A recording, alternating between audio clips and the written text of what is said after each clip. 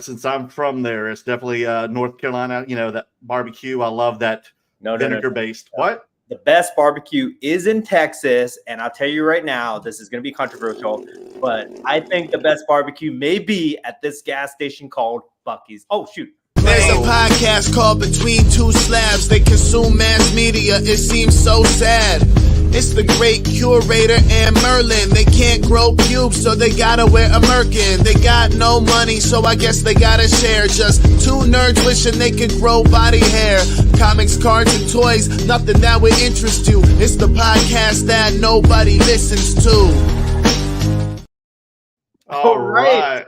We are back, and I am shooting from a special location from my Fortress of Solitude. I am still here in Texas, so that's why. Yeah, Danny, I was going to say, you look pretty refreshed for someone who's done 2 card shows in a row. I feel pretty good. And I'll tell you guys all about it. You know, the Dallas show was very eventful for me, so I'm excited to give you guys a review of that. But just to wrap up that conversation, I'm telling you, this place called Buc-ee's here in Texas, it's a gas station, but really it's like a all-in-one Walmart, Amazon distribution store, something like that. It's crazy, but they got really good barbecue there. It's pretty good. Yeah.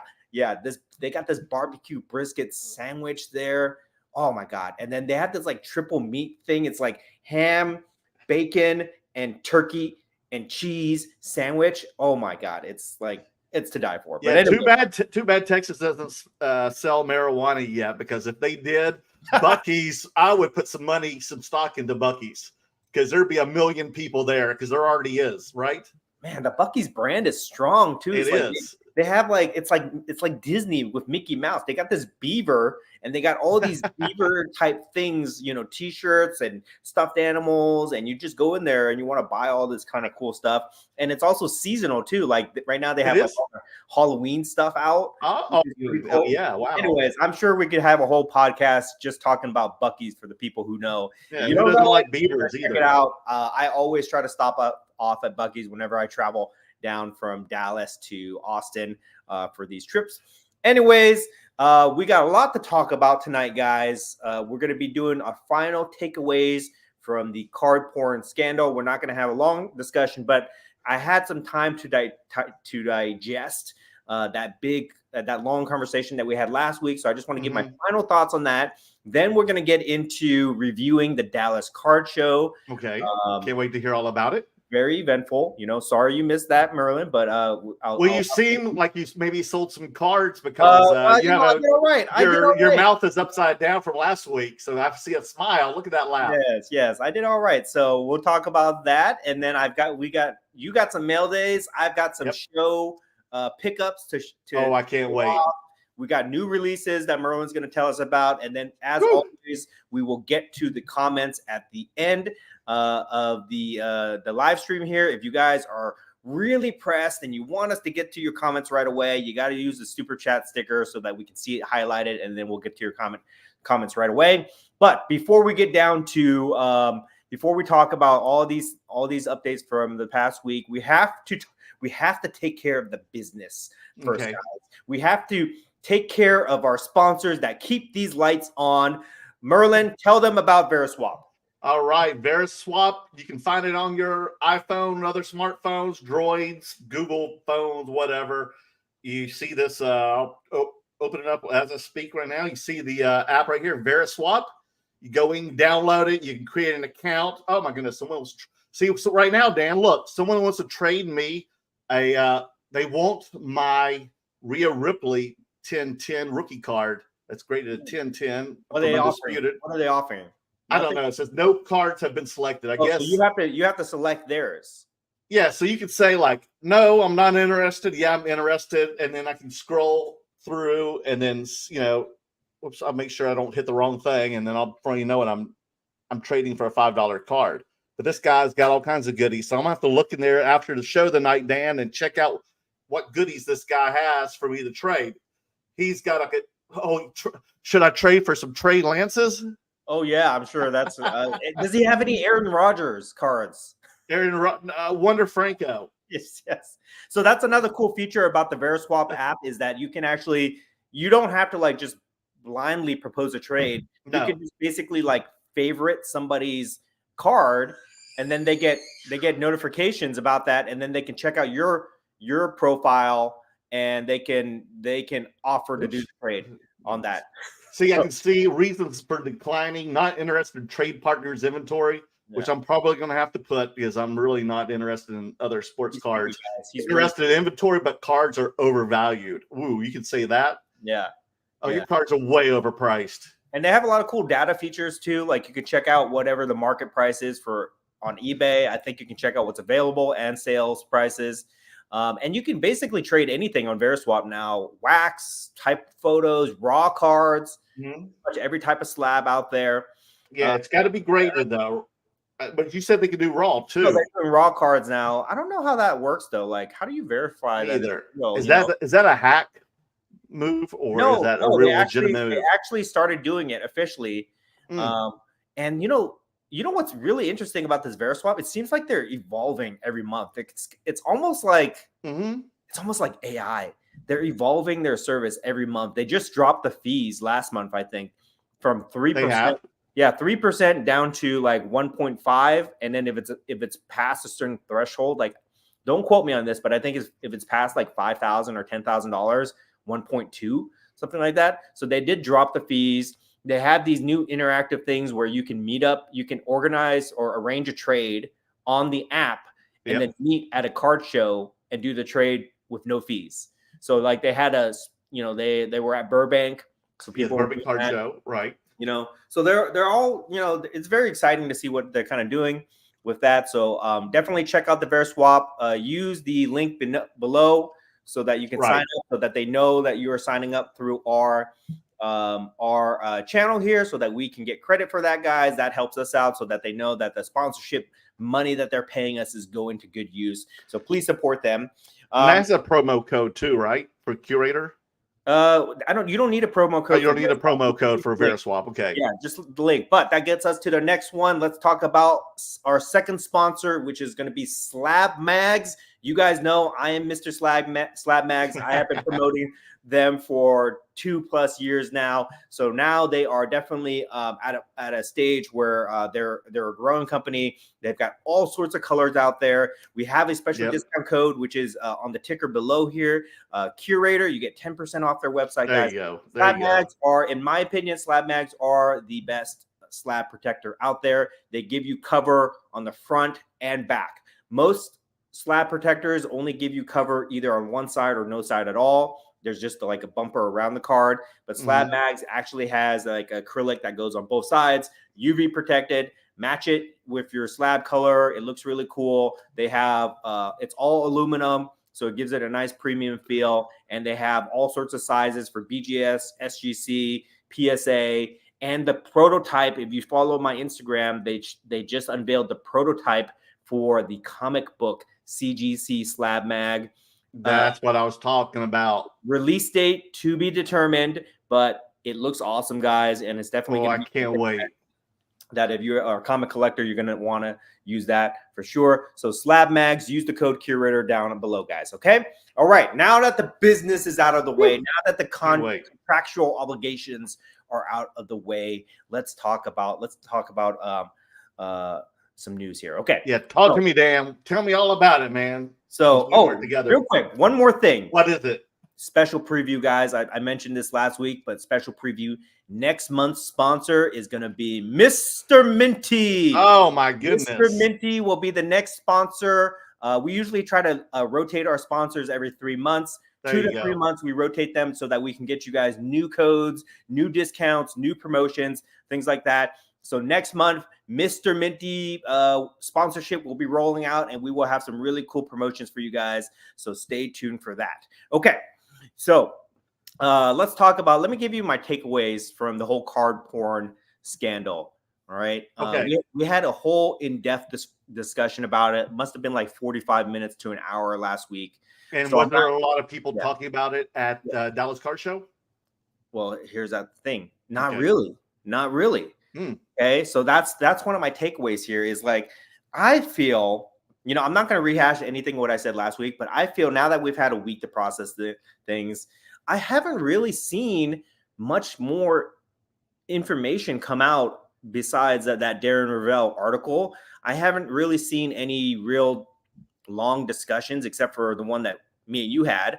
I think Sports Card Nonsense kind of talked about it a little bit, but other than that, I really haven't seen much discussion or post around this, except for maybe some people doing memes. Like Lameme James was going at it. Octane Collectibles was going at it. Yeah. You know, making fun of him. But as far as like meaningful discussions, I really haven't seen too much of that lately on that, which leads me. Well, okay, let me take that back a little bit. I haven't seen a lot of discussions on how this affects the hobby, but I have seen discussions about some people basically saying, like, trying to like say, I told you so, you know, about Cardporn. You know, I knew he was a bad guy. I knew this and blah, blah, blah, blah, blah. People trying to take credit for exposing him and stuff like that. I think the only people that should take credit for that is like Darren Ravel, to be honest. But here's my two takeaways from this, okay? Number one is I feel like the hobby, based on what I saw at the Dallas, where there was like no discussion at all, I feel like the hobby has already moved on from this scandal, which can be good. You know, it's not like, you know, because there's so many new things to talk about and we're focusing on new releases and positive news and things like that. Right. So it can be good to the extent, but I just feel like we already forgot. I don't feel like we moved on. I feel like we forgot. And because there's no real long, meaningful discussions about this, or nothing really comes out of it except for, I don't even know if anything comes out of it. You know what I mean? Right. But I feel like the dude, whatever his name is, could just create a new account and just like, Juan Garcia or something. Yeah, what is the repercussions for his act? You know what I mean? For all this fraud, for all this craziness, for this betrayal of the hobby, what is his repercussions? I mean, he canceled his account, so he'll make a new one, right? Like what is to stop this guy from making a new account and doing the same thing over again? I just think I don't know, man. I just feel like the hobby has very short attention span. You know, everything lasts for about 1 week. Whenever there's controversy, it usually lasts for about 1 week, and then we move on to the next thing. And I'm not here to say that like we should be talking about him for weeks and weeks and weeks, right? Because we have better things to do with our time, with our hobby time. But I feel like we should at least learn from this incident. And the reason I say that we should learn from it is because I feel like these other junior watch pups, you know, are already trying to anoint themselves as the next person in line. We talked about this last week. They're trying to anoint themselves as the next person. And we as a hobby, I feel like we as a hobby are kind of guilty of saying, well, we put this guy Cardporn on a pedestal. We gave him a lot of followers, a lot of influence, a lot of power. He turned out to betray us. And some of us knew it. So we say, I told you so. But then insert the next guy into that role, right? The next person who wants to be the man, the main watchdog. Insert him into the next role. Give him our praise. You know what I mean? Give him our attention. Give him every credibility that we gave Cardporn until this person falls off the throne and then the next person comes in. You know, like I just feel like, you know what I'm talking about? I feel like we're just so quick to go to the next guy, right? Oh, this guy was so smart. He called this guy out, and we listen to everything that he says. So I don't know, dude. Do you think he's gone for good, or he's kind of he's not gone for a few months and coming back? The guy who Cardporn? Yeah, he's not. No, I guarantee you, he's out there. Back in a few more months. I guarantee it. I guarantee either it'll be him directly, or he'll partner up with somebody, and then he'll just use them as like as a proxy to do whatever he's doing, right? But the point is, that's not the point. The point is the role that he played within the hobby of positioning himself as the main watchdog to basically try to cancel people. And we did not learn that lesson, you know, by giving that person so much power. I feel like somebody else is going to come in and they're going to be trying to do that. So I just feel like the hobby has a short memory for these type of things, and we should really kind of like before we go to the next person and we look up to the next person to give us guidance on these hobby scandals, we should ask ourselves, okay, should we be promoting these people that all they do is just kind of like look for people to essentially cancel? You know what I mean? Oh, like you? Yeah, no, don't say that. Okay, don't say that. Like there's a difference between I'm kidding. There's a difference between like people that fabricate photos, Yeah, who sell to an auction house to make more money, people who trim cards, people who sell fake cards, people who steal money, things like that. There's a difference between those people and the other people, where people, if they don't like a certain type of card, if they don't like a certain type of content creator, if they don't like a certain type of, I don't know, product or something like that, and they just talk shit about that, because we see that a lot, right? I know, especially now with like AI and the advancements of like Photoshop and everything. Oh, like you could totally put someone's face over another body and it looks exactly like them now. I mean, just with AI, I've been kind of following this discussion around using AI to create custom cards. There's a whole controversy around that, right? People are fighting over that, and they're trying to cancel some of these artists. Like, I'm a big supporter of Piggy Banks, and I notice people are attacking him and things like that. You know, gosh, that's a whole nother discussion. So, I can't wait to hear about that. It's like they're trying to use their influence to go after these people because they have an opinion about it. Not that these people actually did anything wrong, right? That was against any type of law or policy or anything like that. But they just have an opinion that they don't like somebody, and they're going after them. And because they position themselves as a quote unquote watchdog, they're getting a lot of people to support that opinion of that person, and it causes problems. So I think as a hobby, we should just basically not put anybody in that position where they can do that. You know what I mean? Mm-hmm. It's pretty obvious when somebody does something bad in the hobby. It's obvious when you sell a box of Pokemon cards that turns out to be fake. It's obvious when you sell a card that is like a fake Michael Jordan rookie and you get caught. Or if you're openly trimming cards and you get caught. Or in this case, you fabricate photos to increase the value of your game used jersey. The bad acts within the hobby are pretty obvious to an extent once you do the research and once you present the evidence. But everything else is just opinion. You know what I mean?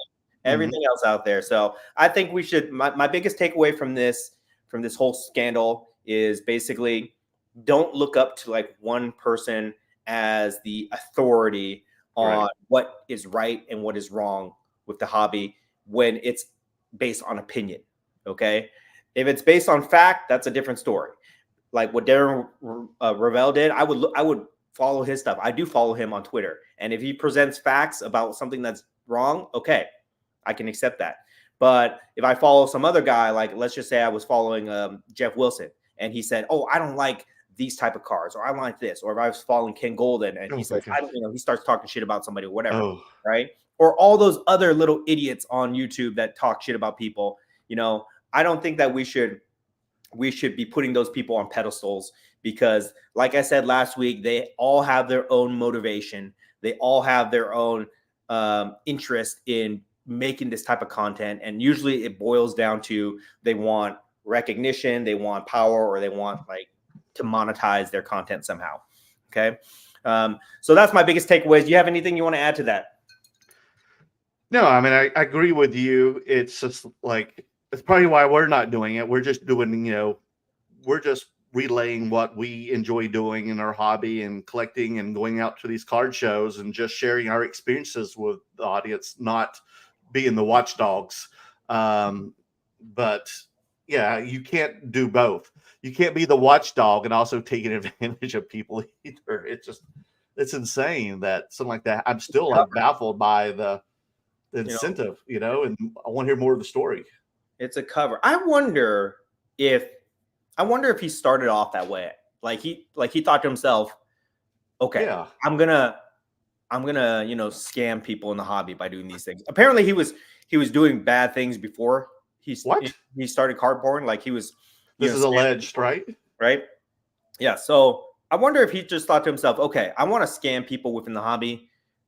So to do that, I'm going to make an anonymous account where I can call out people so nobody will suspect that it's me. And that will gain me a lot of influence where I can travel within the circles to do these type of things, right? I don't know. Like it just... And nobody knew who he was. He was kept in anonymity all this time. There are people who knew who he was. Well, you said like Golden Auctions knew he was, some other people. Ken Golden knew who he was. People at the National that he was interacting with knew who he was, right? But they kept his secret for whatever reason, you know, to make money, basically, because he was doing business with them. But it just seemed, you know, it's just crazy that he would do that. I wonder if he did that in the beginning, or if he just really made a anonymous account to call out people, and he became so popular that he got corrupted by the influence that he had, right? Because I mean, I could see it. I could see, like, if you're just like some dude and then you get like 100,000 followers and you can basically have all these opportunities presented to you. It's very easy to see how, especially if you do bad acts before that you can combine the two to do even more bad acts, you know what I mean? And see the opportunity there. So anyways, so yeah, that's the last thing I'll say about that. Anything else you want to add to wrap? It's a Netflix show waiting to happen. Definitely. Well, I don't think so. What? That's what I'm saying. Like, I don't think so. I think that we forget about it. I know, but it still would make a good Netflix show series. You know? Like a 4 or 5 part series. and that's the thing. I don't think the hobby should forget. I think that we should use this as a cautionary example of why we should not anoint any type of account where one person can insert their opinion and essentially cancel people within the hobby. Because that's what Cardporn was. You know, as much as they called out scams and as much as they did positive things, I think they also abused their influence to an extent by calling people out and that they didn't like for whatever reason, and you know, picking on people. You know what I mean? So if Cardporn had like talked smack about us, would this show be canceled? I'm sure it would. I'm sure would it it would have that big of an impact? You know, I'm sure. I think that people would talk a lot of shit about us. I think that people would leave us a lot of nasty comments, and you know, it would probably affect our mental health to an extent. You know what I mean? Yeah. But you know, I'd like to think that since all these other people were attacking me for like the better part of a year, that I built up a tolerance to it to an extent. You know what I mean? But you have rhinoceros skin. Yeah, I'm pretty solid right now. I've got fixed skin right now. But like, if it happened in the beginning, yeah, I would have probably would have like got off the whole social media thing, right? Luckily, that never happened. Oh, you know what? I just mentioned this too. Some idiots out there, you know who you are. They're trying to say that like Cardporn was like propping us or me up, and getting us all. You got already associated with Cardporn. You know who the idiots are. You know who the idiots are who are saying that because I was making fun of Cardporn. You know, I was making my own memes and our discussion about this, right? And then I saw somebody shared me this story about like these guys that were just trying to say like, oh, you know, he's getting on the bandwagon, but Cardporn had propped him up for so long. I'm like, what are you talking about? I think they shared a post of mine like a year ago or 2 years ago, and that was it. You know, you were having hanky panky with Cardporn. These idiots, all they do is just try to like turn things. I didn't even know about this one. They just try to turn things, turn any type of story, make it about me, basically, you know, so that they can get their own clickbait, essentially. Oh my goodness. Anyways, okay, let's move on from this. I don't want to talk about it. All right, okay. Get you all fired up. Yeah. Okay, let's talk about Dallas Card Show. Dallas Card Show. Tell me. So overall, okay. So I was a little bit hesitant to go to the show. Burbank was last week. I was tired traveling out here, and then just immediately when I got there the first day, the vibes of the show were on Thursday, right? Were not the same, right? It was definitely a less attended show, I think. Just, I don't know, based on my own observations. Right. Thursday was pretty dead. Friday was pretty dead. Really? Saturday was normal. Saturday is what you Okay. expect for a Dallas show. Sunday was dead.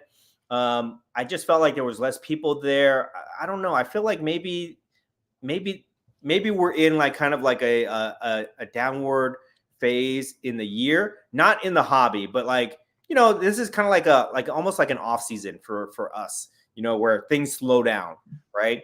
Football season starts. Kids are back in school. Yeah, things like that. So definitely it felt like there was less people at the Dallas show than before. Also, they kind of changed up their arrangement of tables that for their trade nights and things like that. So, you know, it was just a different vibe with the Dallas Card Show. Personally, for Thursday, Friday, and even Saturday, I was not selling that much. It felt like Burbank all over again. Well, Texas beat Alabama on Saturday, so that was a big game for them to watch out there. Yeah, everybody was watching that during trade night. But in regards to sales, it was just like I was just selling stuff out of my dollar box, my $3 box. Oh, you still brought that with you? Yeah, I bought two of the double shoe boxes out there, and you know, I was just selling those things like crazy. The things that were selling the most was Hello Kitty. Oh, really? Harry Potter and Hello Kitty cards were selling the most out there. So I was just selling a bunch of those things. So for the first couple of days, it was really, really slow. I felt like a lot of people were bringing me things to trade. So that was, you know, it's just one of those shows where not a lot of people were buying. A lot of people were asking to sell or trade things. So throughout the part of the show, right, I changed my strategy. Okay. Where I was just trying to, every show, I always try to sell and make money, right? That's the point. But I realized that I needed to be a little bit more aggressive with doing deals, any type of deals. And this is a good lesson for people. If you're going to a show, right, you have to read the room. You can't just go to a show and if nobody's buying anything from you, you can't just sit there with your arms crossed and just hope for something to happen. You have to twiddle your thumbs and look bored. Yeah, you have to pivot your strategy a little bit. So a lot of people were not buying any of my slabs, but they were bringing me things that they wanted to move. Okay. So I always try to trade. Whenever people bring me stuff, if I don't want to spend the cash for it, I always try to trade. So I was proposing trades with people, and it worked. I was able to move a lot of stale inventory, things that I wanted to get out of. People wanted it, and they were giving me their stale inventory or whatever things that they had, right? So I was able to basically trade up on a lot of things, which was great. I must have moved because I was going to ask you, did you find that this was still items that you purchased or traded? Yeah, I picked up stuff that you grabbed. You were like, oh, why did I just get this? Or like, oh, to them it was still, to me it's like fresh blood. You know, sometimes I just do deals for the fun of it, you know, for the right, just to change up my inventory. But I can honestly say like the things that I picked up are pretty cool. So I was able to move like 15 slabs that I want to get out of my inventory for like three or four really cool items. So that was cool. Downsized my stale inventory. That was good. Sold a lot of the raw dollar cards. So that was good. So in that perspective, the show was successful, but still did not make a lot of money for the first 3 days. Then on Sunday, as you would expect, opening weekend of football, it was absolutely dead. But here's the lesson, guys. Okay, what's the lesson? Know me. I don't go home early. By 2 o'clock. No, you never do. By like 2 o'clock, most people had left. Half the vendors had left the show. The show goes at 4 o'clock, but at 2 o'clock, I guess that's when the games start on Sunday, right? Yes. Okay. So by 2 o'clock, half the vendors left. That just meant that was me. I was like the only person in my section there. And because of that, I got a lot of foot traffic, and I was able to make some sales on the last day, move a couple of things that I really wanted to get out of.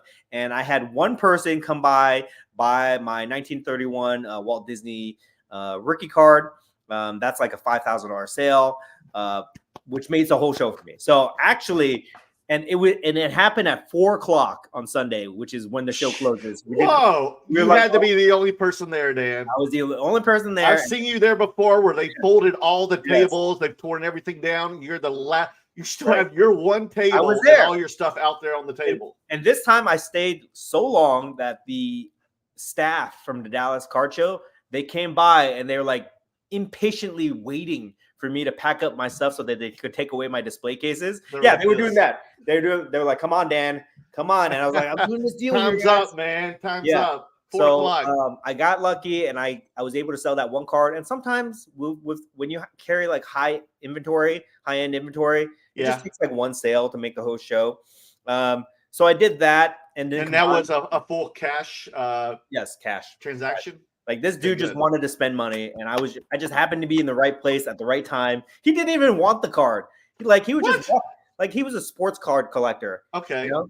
And he was just walking by, and there was nobody else around, and he was just walking by. And he's like, "Oh, what's that? What's that Disney card?" And I told him what it was, and he's like, "Oh, wow, that's really cool." And then he just dropped the money on me like that. So this was his first non-sports card. Is that what you're trying to say? Yes. Really? So So I got him hooked on that. Really, just what a card! Just being in the right place at the right time. But because of that sale and combined with everything else, the show turned out to be pretty good show for me. 5 times better than I did in. Oh, really? Wow! So I was actually pretty happy. I was pretty excited about that. But up until that moment, I was just like, "Oh, this sucks. I'm gonna quit the hobby. You know, this sucks." You know, I was just like mumbling to myself because I was the only one. Really? Okay. You were like, okay, anybody like he was walking around, so he was like the only guy. There still left. Literally, and you know, he sees a table from a distance. I see Jordan. Jordan's in the room. Oh, he's still in the room. Jordan was there. He can tell you that it was just like me. It's just like a couple people out there. So, anyways, that made me happy. So I was super excited for that, and that was a great way to end the show. But overall, I did notice. Here's the takeaways. I did notice that the activity levels were down in terms of people there and energy that we usually would expect with Dallas. But here's a couple interesting takeaways with this. Okay? Number one, I feel like flipping culture is back. Really? And it's not like it ever went away, but I feel like it's just calmed down. It kind of plateaued. I feel like it's coming back the way that it was in 2021. Because really? Wow, that's everywhere. Because I was walking around the show, right, and I kept seeing young kids putting stacks of cash on their table, showing it off, like the way that they did in 2021, right? Oh lordy! Display cases, just $100 bills all over, spread out. The way that, what's that guy's name? Investicard, right? Eddie from Investicard. Remember? Like TV sports cards? he used to do the display case, and he used to put all the $100 bills out there. So I saw the kids doing this, right? And I call them kids. They're in their 20s, right? But, okay, it's wondering. I saw them 12-year-olds. One dude, I could not believe this dude. One dude had a glass display case that you would put like a basketball in, right, for a display. He had a glass display case, and he had literally, I counted, he had $100,000 in $100 bills stacked in that display case, and it was on a little pedestal circling around. So it was definitely a flex, right? And he had it. I took a picture of it on my Instagram so you could see it. Woo. And I personally, I think it's crazy that people do that because the security risk involved is just like, It's crazy that somebody would flash that type of money. I wouldn't do it. Would you? Hell no, I wouldn't do that. That out here in LA, that gets you killed. I understand why they do it because they want to show off like they're buying. I saw so many signs that said buying, paying strong, buying at 70%. These type of signs, right? So it just made me feel like, and there, of course, there was a lot of like, people. That was Jordan, right? Jordan was buying a lot. Flipping sports cards, right? And especially like with the QBs going into the opening weekend of the football season, there was definitely a lot of football activity going on. But I just felt like 2021 again, right? I just felt like there was that hustling culture, and everybody that came to me you know, we're like, because I had the Michael Jordan rookie card now in my. Yeah, I was going to say, wait a minute. Did I not see you put a post up that you actually acquired a sports card this weekend, Did which I? is a rarity? Did I? Oh, Not did a you? sports card. Did I? No, not a sports card. You just said you got the Michael Jordan rookie card. Yeah, that was at the National. I had that. My 86 Oh, flare. no. I was talking about. I thought you got a star. Oh, I did, but it was a. It's not mine. It's like a. I bought it for a friend of mine. Oh my so God. it's already being moved to him. So okay. I thought that was going to be for your PC or your collection. Sometimes people are like, why would like, anybody whoa. in the world bring me a star Michael Jordan? Of all the people, right? Of all the people in the Dallas card show, why would they pick me to bring a Michael Jordan star rookie card? But they did, and I just happened to know somebody who wanted it, so I brokered a deal for that, okay? Which is, I made a little bit of money on that, so that was pretty cool too. Okay, cool. Okay, little finder's fee. Because I had the Michael Jordan, I had the 1986 Flair Michael Jordan in my case. So I was getting... Oh, the one you traded for yes. the logo, the yes. Jumpman. So I was getting sports card flippers coming to my table to try to pick up the Jordan. And you know, it's been a while since I've talked about this, but when I used to trade those Jordans all the time, and every time I have them in my case, I have to do the defense. I have to play defense. And what is the defense? Defend the Jordan, okay? Defend the Jordan is what I call it, is when people try to trade up to get the Jordan. For me, like people are trying to trade me like lower tier Jordan cards, like a BGS 3.5 and some other cards, things like that, to try to get up to my Jordan. Yeah. Which I don't want. That doesn't work. That doesn't work. Right. Or they're trying to buy the Jordan at like 80% or lower. And then they were always like, you know, it's been a while since I've had to deal with these people, but they're quoting me like the lowest comp on it, right? There could be 3 comps on it. There could be like 11 250, 10.7, and a 9800. And they're saying, oh well, it's gonna be this one because the subgrades are right there, you know, and blah blah blah blah blah. And yes. So I had to like play defense and like stiff arm these fools the whole weekend. So that was annoying. You gave them the Heisman? Yes, but it reminded me of when I was trading sports cards. You know what I mean? And it attracted the sharks, right? It did. And these sharks, they smelt the blood. They smelt the blood in your case. Well, you know, they don't smell any blood on me. They were trying to. No, in the case. They were trying to take a bite out of me. But the thing about me is that I can afford to hold all my cards. You know what I mean? Like I'm not dependent on flipping where I have to continuously move things to make money to pay myself or whatever it is. Right. I've got Kelly. I've got diamond hands like Kelly right now. Right. Was Kelly there? Yeah. No, I did not see Kelly. Okay. Kelly is what's it? Rip and List. We always list or big rings. Big rains on eBay. But we always joke that he has diamond hands. So I'm fortunate. That's not enough, a joke. That's for real. I am fortunate enough to have diamond hands right now, so I can afford to just kind of wait and see. So I didn't have to give up my Jordan for anybody. So you're telling me you still have the Jordan? Yes, I still have the Jordan. And I'm glad that I didn't give in to these people because they're persistent.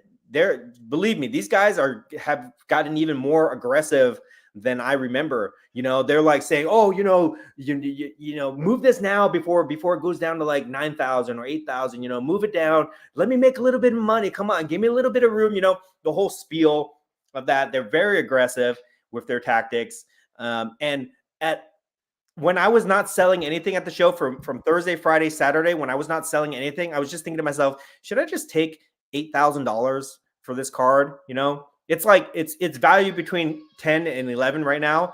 Should I just take $8,000 and just consider that a win if I have $8,000 cash? Okay. But, and then which part of your shoulder, the devil or an angel spoke to you? The devil says, take it. Take the money. Take the money, right? And then but the other side of me did not feel good about the deal. And I've made a whole video about this. When you're trying to do deals with people, don't let people pressure you into doing a deal that you don't feel good about.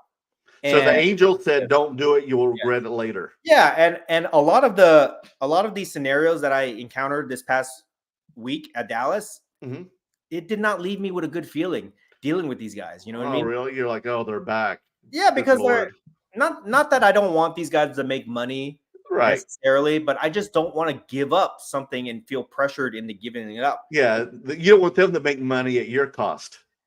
It's not even that. It's just like I want to feel good about the deal. You know what I mean? Right. If I have a low cost basis or I really need to liquidate, I'll do it. But I'm not gonna. The thing is, they try to make me feel bad about the Jordan. They're trying to say What do they do now? They try to say, "Oh, look at this! You know, this subgrade is bad, and this soft Oh corner, my! They were, and oh, BGS is losing money, and blah blah blah." They try to make you feel bad about the card, and it. I hate when they do that. Screws I with hate your mind. that. It screws with your mind, and you start to feel insecure about it. You know what I mean? It's a crazy tactic, and we need to talk about this, okay? Because some people can have a card and they can be really, really proud of the card, thinking that it's whatever valued, right? And then you meet somebody who wants that card from you, but they're gonna talk down about the card, and they try to make you think that it's not as good as you believe it is, right? But that they will do you a favor by taking the card from you. I know. At a discounted price. And I've fallen for that before. I remember early when I got back in the hobby, I had this Tom Brady sticker auto, right? It was out of 5. A Tom Brady sticker auto out of 5. Out I of thought it was 5. cool. I was like, Tom Brady, autograph. This is cool. And I had so many people, like it was like valued at like $5,000 or $6,000, and everybody that I showed it to that wanted the card, they all took a shit on it. They were like, "Oh well, sticker auto. Nobody likes stickers. I don't like this pose on it. He's wearing Tampa Bay jersey, but I'll give you 3,000 for it, basically." So I went from thinking that I had this awesome Tom Brady auto at the time, which is something I was really proud of having, right? To thinking that you made a bad move, to thinking that it was a bad move, to thinking that it was a shit card, and I needed to get out of it quickly before it's too late, right? And when I eventually moved it, I felt really bad. I just felt like, I felt like I got taken advantage of. So I try not to give into those scenarios anymore. I try not to let people make me feel bad. And that was happening this week. I'm telling you, these people, they were making me feel bad about my 1986 Flair Jordan. Okay. BGS 9. These people were talking shit on my BGS 9 Jordan rookie card, making me feel bad. And it almost worked. It almost worked to an extent because I had been out of this flipping environment. I haven't dealt with these guys in a while. So I kind of forgot that this is their operating procedure, this is their MO. I forgot. And I was feeling bad about this. And I was like, oh, should I get out of this card? Did I make a mistake in getting this card? And then I snapped out of it, protected the Jordan, and eventually I'll move it to somebody. I'll move it to somebody that will value it the way that it needs to be valued.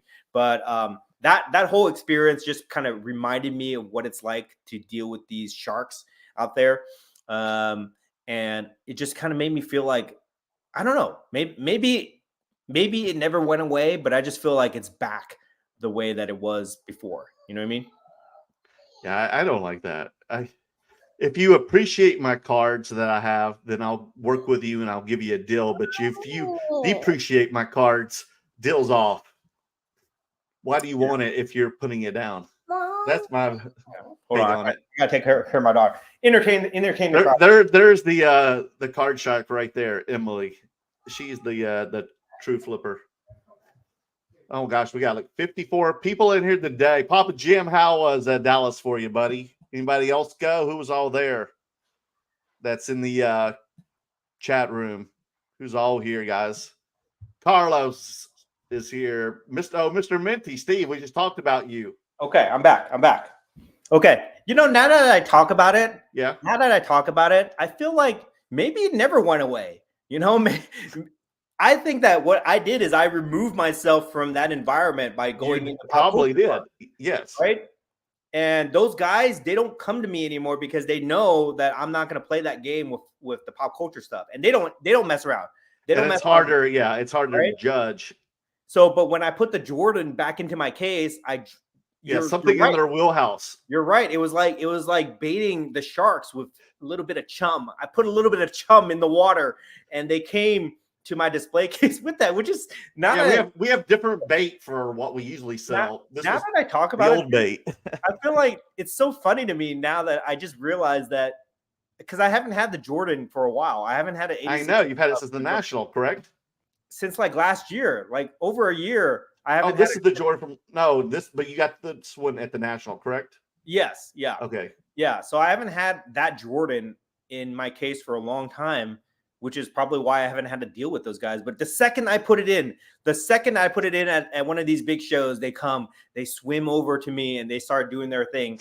So maybe it never changed. I'm gonna take that back. Okay. So initially I said that flipping culture is back.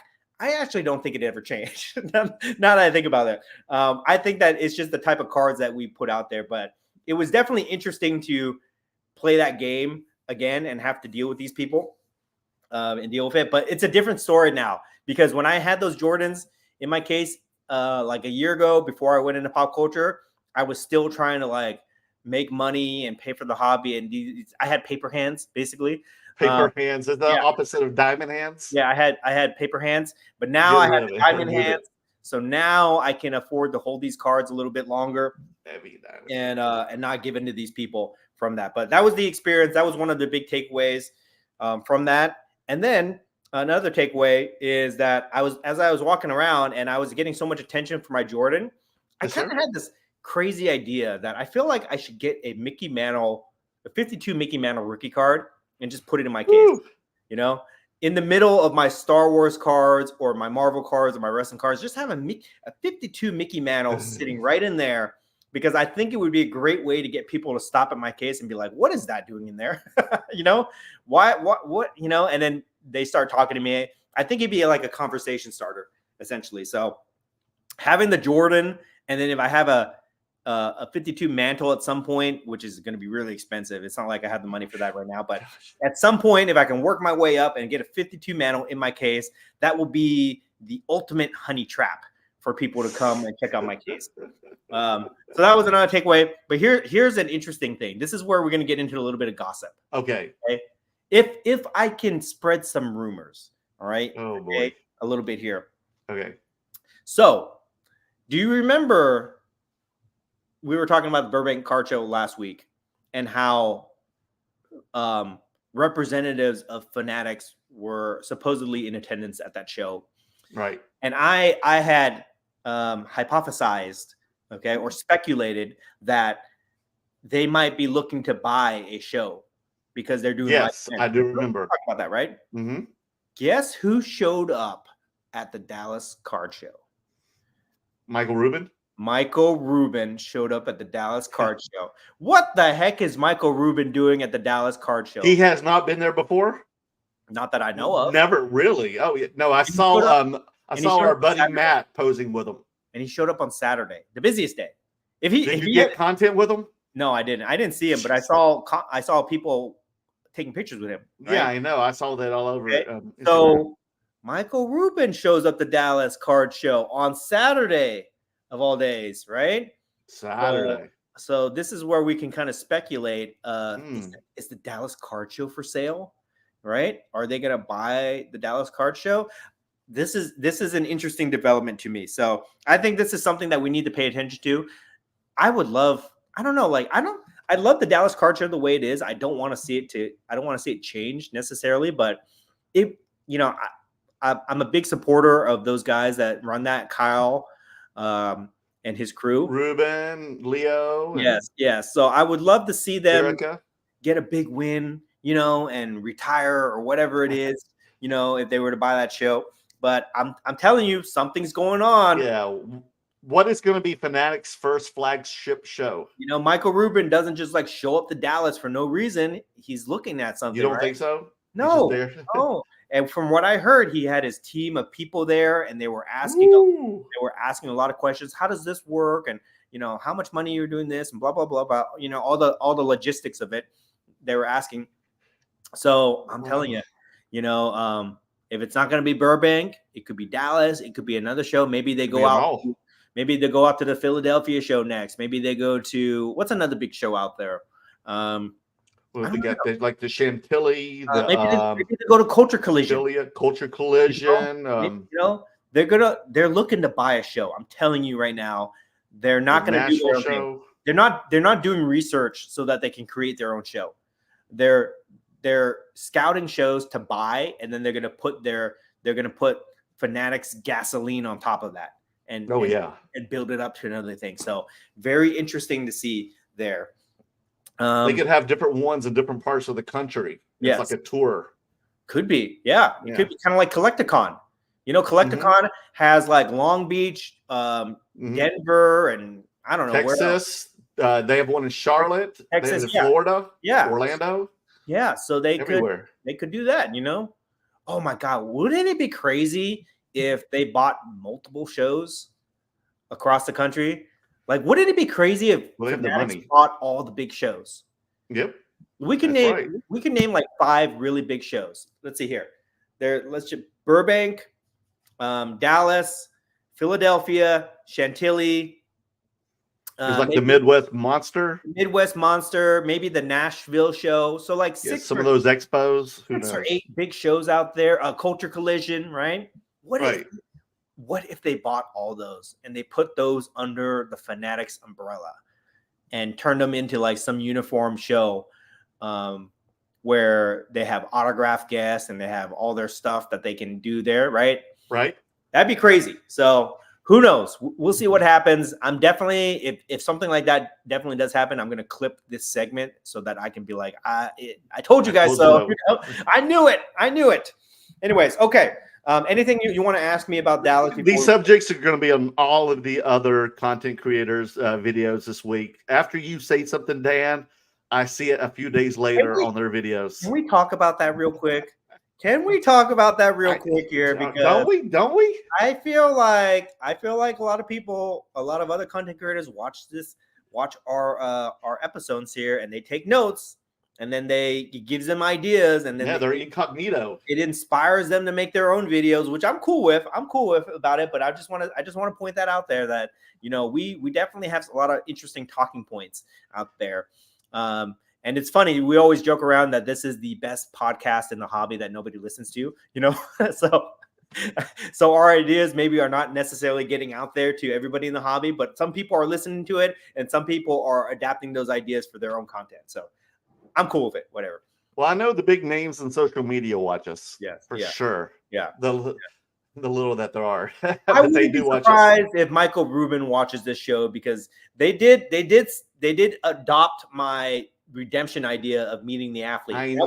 That was my idea. Okay. That was my idea. They adopted it. So we'll see. We'll see what else they adopt going forward. But anything else you want to ask me about Dallas before we wrap this up, and then we go to, I think how was trade? Did you pick up anything in like trade night too? Or anything? Not a trade night. I'll show you. You want to see my pickups? Let me just show you my pickups. Okay. So a couple things here. Let me go get something real quick because I have to show you this. This is very unique. Give me 1 minute. I can't wait, Dan. I can't wait to see it. Papa Jim, what were you picking up? Did you have a good time at the show, or were you watching the football games as well? I know you're from Texas, so you're probably excited that Texas beat Alabama. And I also saw all the regular cast of characters there. Papa Jim, some guy who calls himself Dax Hardwood was looking for you. It says, "Hey, tell him Dax Hardwood." Oh no, yeah, the family. Yeah, with the 2 kids. They were out last time we were here. They had gone on a trip. It was 2 kids. They're the ones who took me to back to the airport. Remember? Yeah. They've nice to me. They wanted to say hi. The guys from Kentucky Roadshow were there. My buddies. Yeah. The family with the 2 boys that wear the pink suits. That's Dave and Cooper and Clark. Yes, they were here at Burbank show. Right. Todd, our friend Todd, was there. So all the cast, all the regular. And then Griffey Growl. Yes. They were all there. So there's that. Okay. So let me just show you some of the pickups. Okay. Okay. There's four main things that I want to show off here. 4 main things. Okay. One. Okay. Number 1 is I picked up this really interesting item here. Okay. Check this out. Ooh. Okay. Are you been getting these checks? What? Can you read that signature? Yes, it says Pete. It says Pete or Jackie Robinson. You think that says Jackie Robinson? Are you blind? Look at that. Read that. Oh, Pete Maravich. Guys, Merlin thinks this. I can't see, man. Merlin thinks this is Jackie Robinson right here. Anyways, Sorry, my this is a Pistol Pete signed check here, graded PSA 10 signature. Some guy had this and he wanted to trade me, of all things, he wanted to trade me Marvel cards for this item here. I thought it was really unique. It's another conversation starter, and it goes. Did you pick that up at the Dallas show? Yes, you did. Okay, traded Marvel cards for this. Believe it or not, Marvel cards for this. It's a really unique item. It is. You like unique items. Is it worth what I traded for? I don't know, but it was like stale inventory that I was happy to move into something different. It's unique, and I think it's cool. I like basketball legends. So this is a really cool piece here. Graded PSA 10 check, Pete Maravich. It is available, guys. Okay. So that is one really cool item I picked up. Another cool item is from our friend Jesse, Culture Shock Collectibles. I don't know if he's in here tonight. Culture Shock Collectibles. I love Jesse. Good guy. Brownsville, Texas, guys. He traded me a bunch of cards for this 12-inch Boba Fett Hot Toys figure.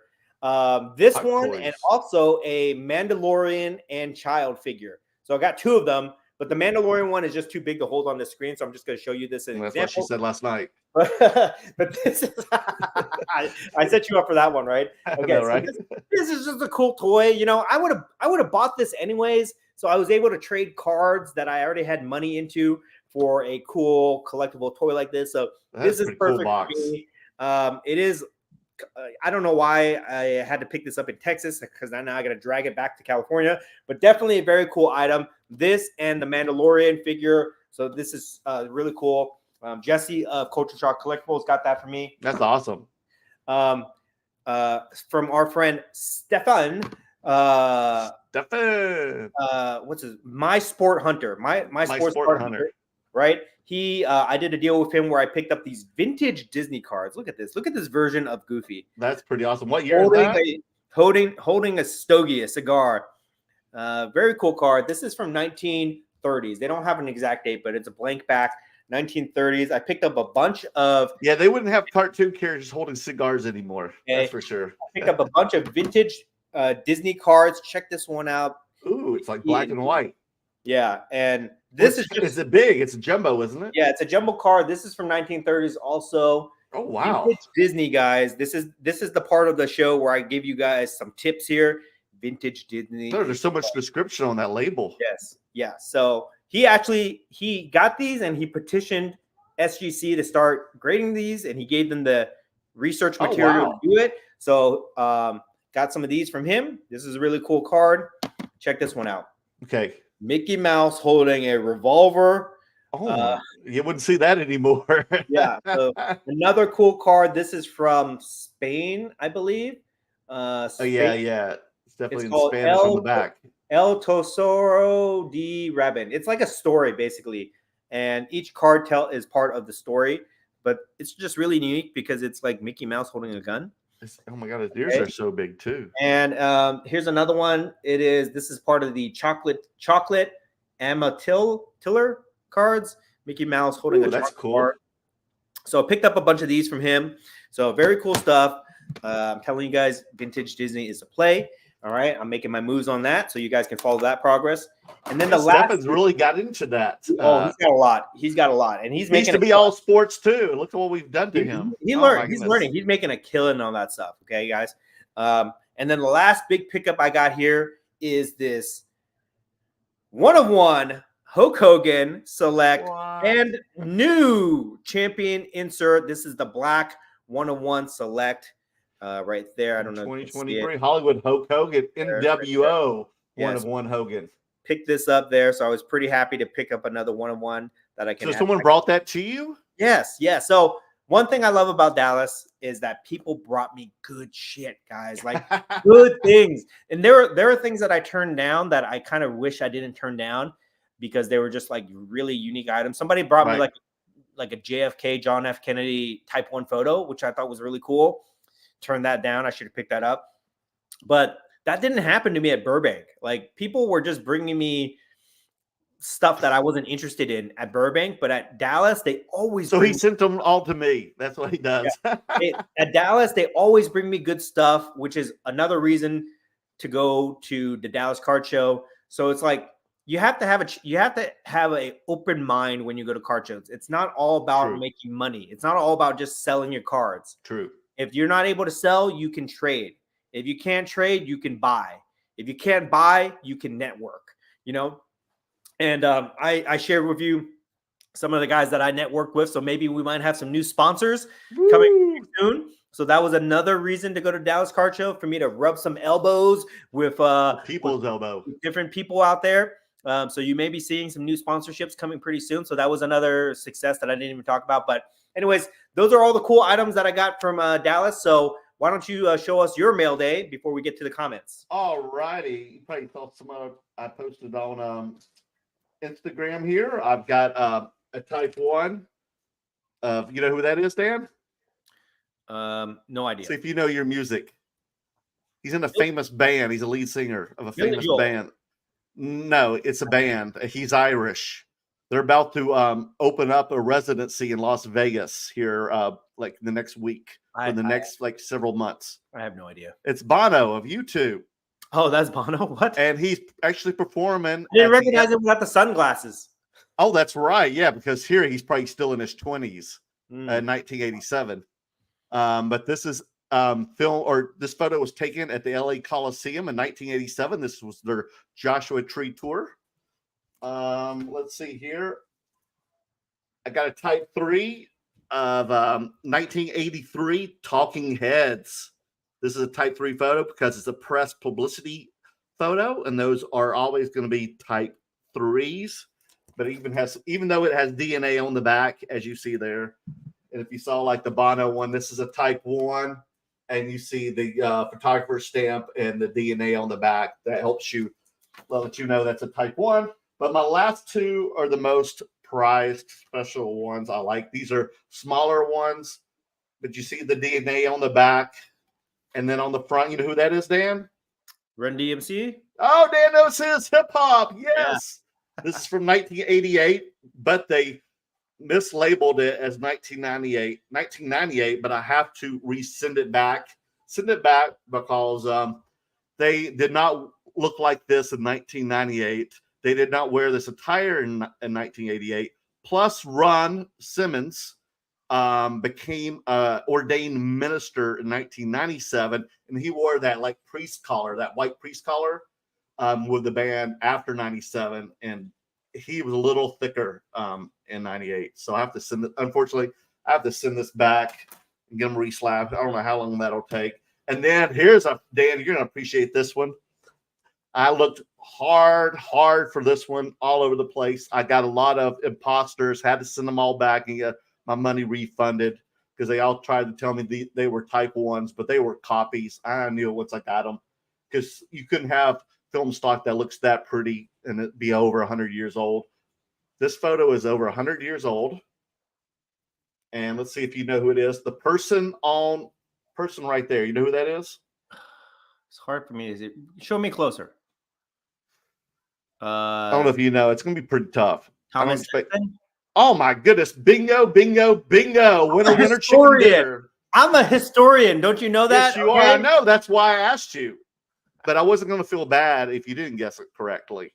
This is from 1916, Type 1 photo, and he's receiving an award. So this, like a whole inscription, looks like the Declaration of Independence, but it says Thomas Alva Edison, and he's just admiring it. But that's a Type 1. I'm very proud of this one. So there you go. I'm doing pretty good on my Type 1 photos now. I'm getting better at detecting them. Copies of that? What's that? People were selling copies of that same photo? Not the same one, but was receiving copies, and I could tell that they were. You know, Type 1 photo of Thomas Edison is not going to have Kodak or Fuji print on the back. Yeah. So I'm sending it back. Yeah. I could just tell they weren't by the flimsiness and the modern look.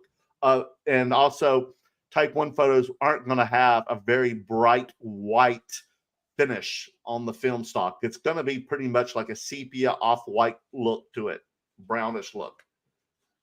Interesting. Okay. All right. So you want to tell them about the releases real quick, and then we're going to get to comments. Oh, yeah. Got some of this. All right, guys. So on September 1st, we had a release of, Dan, I hope I get this right, Jujutsu Kaisen? Am I saying that right? I don't know what that is. Okay, we'll forget it. Well, Jujutsu Kaisen came out September 1st from Cybercell, and the hobby boxes are out. And then September 1st, we also had a release of Marvel Studios. The Infinity Saga Funko Pop cards came out from Upper Deck. So I don't know if you saw any of those in Dallas. I have some. Oh, you do have some. So Dan will have to show what he got of those. Anything cool, let us know. Garbage Pail Kids Chrome Series 6 hobby box. So what it seems like they're making Chrome series of all the series from the 80s of all the Chrome stuff. So that's probably going to make all those vintage cards popular again.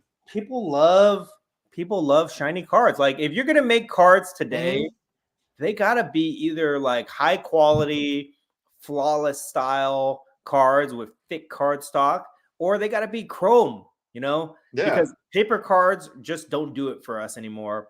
Any type of paper product out there just like is like entry level stuff basically. So everything is chromed out. So I wouldn't be surprised if you saw every type of card from the 80s and 90s chromed out. There's a revamp of them that's Chrome, right? Yeah, it's easy for these companies to, take these pictures, take these designs, and just chrome them out.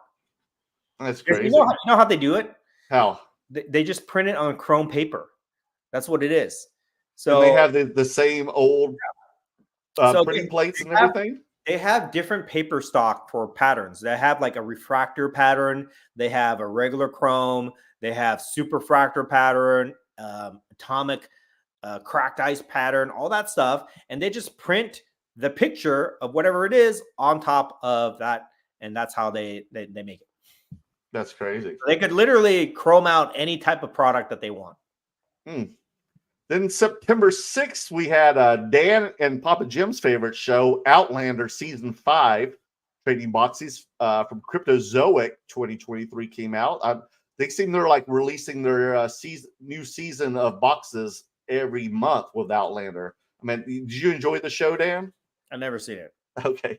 It's kind of like a woman's romantic novel version of Lord of the Rings. You know what show? Where she goes back in time. I think it's on Hulu, and she falls in love with a romantic, like a Fabio looking dude. I'll tell you what show I'm really enjoying right now, besides Ahsoka.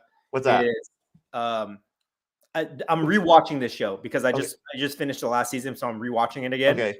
Orville. Have you ever watched the Orville? Oh, is that the Seth MacFarlane show? Seth MacFarlane. It's like a parody of Star Trek. Right. It's like half serious, half funny, but oh my god, I love that show. It is good. And they make cards. They make cards of it, Oh, which I'm starting to collect. So that's pretty cool. But I love everything about it. If you guys love science fiction, go check out the Orville. It's a great show. And then September 7th came out Marvel Studios Loki hobby box. So they've got them from the Loki show, and I guess the new series is coming out pretty soon. The second season.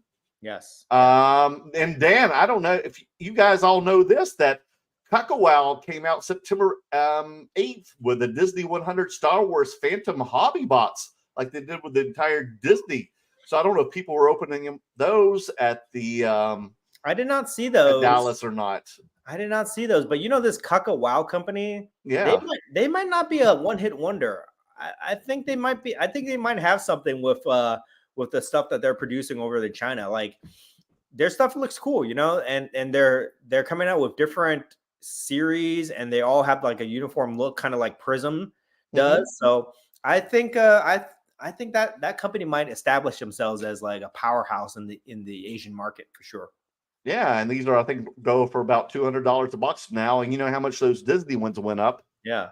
And September 8th also saw the release of Stranger Things Season 4 hobby box by Zero Cool. I don't know if you see Zero Cool is still around. I thought Zero Cool went out of business, and they just they're making. I saw people buying the Stranger Things boxes at the Burbank show. Interesting. Interesting. Let's see. Also, September 28th or 20th, September 20th, we'll see the release of Allegiance Avengers versus X-Men hobby box from Upper Deck. Look for those coming out pretty soon. September 20th, we'll also see Overwatch League Season 4. I have no clue what Overwatch is. Dan, do you know what this is? Is that a video game? Is it a video game? I don't know. But you know what? I don't know what it is. What I saw was really interesting in Dallas. You know, they have like professional gamer leagues, right? Like yes. People play video games professionally.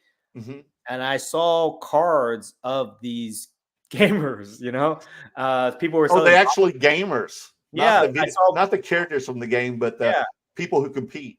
Yes, I saw boxes of that, so I thought that was interesting. They make cards of anything, you know, like, and you know what? We'll buy it. They'll make cards of anything, and I'm sure we will buy it. Our friend Greg from Gas Trading Cards is making like food cards now. I don't know if you saw that. Yeah, well, doesn't Gas have the Darren Roval cards too? Yes, I thought so. I saw that. He has that. He had, you know, and I saw his Ice-T and Tupac cards they were selling at the show. So that stuff is worth money now. Yeah, well, he's even got the they've even got the Trump mugshot one. Yeah, too. that is out there. And you know what I saw was funny? Somebody at the show had I think they had these Bang Bro cards there. Oh no, I saw yes. Oh, we've got to talk about that on a separate show one day because they used there all of Panini's logos. Yeah. So here's another thing that I noticed at the Dallas Card Show. This is a weird flex that I'm seeing people do. Everybody has like, or a lot of people are starting to have like one dedicated showcase of one type of card. Like either all the patches of one type of player, all like kabooms, all collection of one guy, you know, or in this case, all Bang Bro cards and things like that. So I think it's interesting how, and I know what they're doing. It grabs people's attention, right? Even if nobody's going to grab anyone's attention, even if nobody's going to buy it, it's still going to grab their attention. So now I'm starting to think, what could be my conversation starter case, right? Like, what could I have of one thing that could just get people to stop in their tracks? You know what I mean? Well, I feel like you always have one of those things. But an entire showcase. Like, I always have like interesting cards, but they're all mixed together. But I'm talking about like one entire showcase of one type of card. Like, imagine if you had one showcase of all Kaboom cards. All WWE Kaboom cards. That would be really cool. Oh, gotcha. Or maybe something I could do is if I had one case of all K-pop cards or something like that, right? Well, you kind of had those with the PMGs. Early when I first brought them out, when I had like 20 or 30 of them, I could do it. But now I don't really have anything like that. But I don't know. I think it might be fun to put together something where I could just have like an entire showcase of one type of card and just get people to stop in their tracks and take pictures. That's what it is, right? It is. So maybe I'll buy these Bang Bro cards or something like that and have them in my case or something like that. Anyways, okay, can we move on to comments now? Oh, I got a couple more things left. Oh my God, here we go. September 20th, Star Trek Lower Decks Collector Set Pack from Rittenhouse. I love that show. Lower Decks. Lower Decks. Oh, that's called Lower Decks. Was that animation? Yeah, it's like Star Trek. It's like a comedy, Star Trek style. Oh, it's comedy animation too. Yeah. Oh, wow. I did not know that. I have to watch it. That's on what, like Peacock or something? Something like that, yeah. Or CBS Plus. Peacock. Then September 22nd, we'll see the Currency Trading Cards Series 2 from Cardsmiths. And then September 25th, Chainsaw Man Hobby Box from Cybercell. They're making a lot of things. I don't know if you've seen that. Oh, we have the Star Wars Chrome Black Hobby Box coming out September 27th from Topps. That looks pretty fun. That's going to be going. That will probably be garbage. If it's anything, you think it's going to be garbage? If it's anything like the black from last year, where you get like 3 cards in the case. Oh, that black box. Gotcha. Yeah, it's 4 cards per box. Galaxy Chrome, guys. $110. Pick the Galaxy Chrome. Oh, Dan's favorite, Killer Clowns from Outer Space Training Cards Series 1 box comes out September 29th from Cardsmiths 2023. And September 29th, we'll also see the release of Marvel Studios Spider-Man No Way Home Hobby Box from Upper Deck. That's going to be going for about $120 a box, 50 packs per box. And then finally, September 29th, we'll see a release of Spy and Family Hobby Box from Cyber Cell. That'll be running for about $90 a box for 20 packs per box. Are you just reading a list of all the releases? Like these are Well, just dude, don't we're gonna steal my. No. These are random things that you're just listing here. But it's important that we know all the non-sports stuff since we're specializing in it, Dan. But people, even the weirdest things, people will message me on Instagram like, Merlin, I'm glad you told me about this one. I'm like, oh my God, they heard me say the most off the wall one of them all that I thought nobody would buy. And this person, just because I announced it on our show, they end up buying it. Can we talk about your shirt real quick here? Because your shirt is giving me Mr. Minty vibes. What is this? It's Thai language. Yeah, it is. Right? Your wife will know what it says. Yeah, it says airplane in Thai. It says what? It says the word is Krungbin. Krungbin. And they're a band and they use the Thai words that means Krungbin in Thai. You know what Krungbin in Thai means? No, but I'll ask my wife about it. I'll ask Anna. She may slap you. Oh, no, okay. kidding. I'm kidding. It means airplane in Thai. Okay. And this is one of their albums. I love them. They're a Thai funk band from Texas. Until Mr. Minty gives us actual Mr. Minty t-shirts to wear, like mint green t-shirts. I think that should be the t-shirt that you wear when we do our sponsorship with him. Okay. Okay. The Universe Smiles Upon You is their album. Yeah. Speaking of Mr. Minty, guys, we're gonna be rolling out the sponsorship next month, but I think we're gonna have some pretty cool promotions for you guys. So stay tuned for that. I am tenderizing Mr. Minty to make sure that he gives us the best deals for our viewers. So stay tuned for that, guys. All right. Let's get to the comments. We've been rambling too long here. Let's get to the comments. I know what these people are thinking. They're like, get on with it. Here. Oh my goodness. All righty. So we got first Sub Chili. Hey, hello. Hey. Carlos, Rise and Shine Curator Army. He always starts off with that every show. Mr. Mint. Oh, there he is. There's Steve. Mr. Minty's in the house. Cool story, Hansel. Oh, why is he calling Hansel? I don't know, like Hansel and Gretel. Is that what it means? I don't know what Mr. Minty. The thing about Mr. Minty, another world. his name is Steve, guys, and I'm actually excited for this partnership this sponsorship that we're going to be doing here because we came up with Mr. Minty. We were doing all the local shows together back when he was just like nobody. When nobody knew what he was, when people just thought he was like a ripoff of Mr. Clean. Because he's bald. Is he bald-headed? Yes, bald-headed guy. So I'm excited to help him out promoting his business. It's grown tremendously. So it's really cool. We're going to do a lot of cool things with him. He's going to come on and show you guys how to demo the product. He's going to come on and talk about how to start a business within the hobby because we've talked about that too in the past. So, and you guys are going to get to know the man behind Minty. His name is Steve. So you're going to get to know him, and he's going to give us some really killer promotions going forward. So that starts October, guys. So looking forward to that.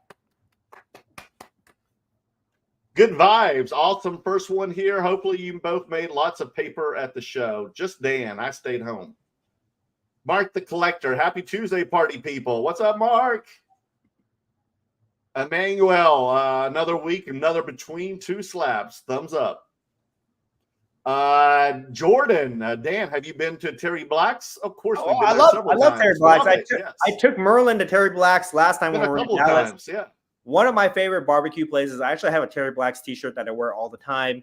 And I would say like it is probably the most legit barbecue place I've had in Texas. Good. I joke when I say Buc-ee's is one of the best. I mean, they got great sandwiches, but it's not a real barbecue place because they only have sandwiches. You can't get like ribs. True. If you don't sell ribs, then you're not a real barbecue place. You're just, you might be like a fast food place, but they got great brisket. That's what they're known for at Buc-ee's, but their brisket is not as good as Terry Black's. I will say that right now. But still, Dan, we got to do a card show in North Carolina. You got to come out there, and I'm going to take you to have some Lexington, North Carolina barbecue. What show is in North Carolina? There's a lot. Well, Ken and Roth Cards always tell me there's some great shows. They're always setting up in that area. If there is a 300 table show, I will go to North Carolina if it reaches 300 tables. Because I don't know if he still does, but Ken still was living in North Carolina doing shows all the time. I saw him at Dallas. I don't know. Yeah. Where he is right now. We'll see. We don't really have too many shows planned for the rest of the year, except we'll talk about this too. This is just a teaser, guys. I'm trying to convince Merlin to go to Macau, China, okay, for the big Asian Pacific card show. I actually met the promoters at Dallas, and I talked to them a little bit to get a little bit more information about it. So that might be in the works. We'll see. It would be amazing content. We'll see if that happens.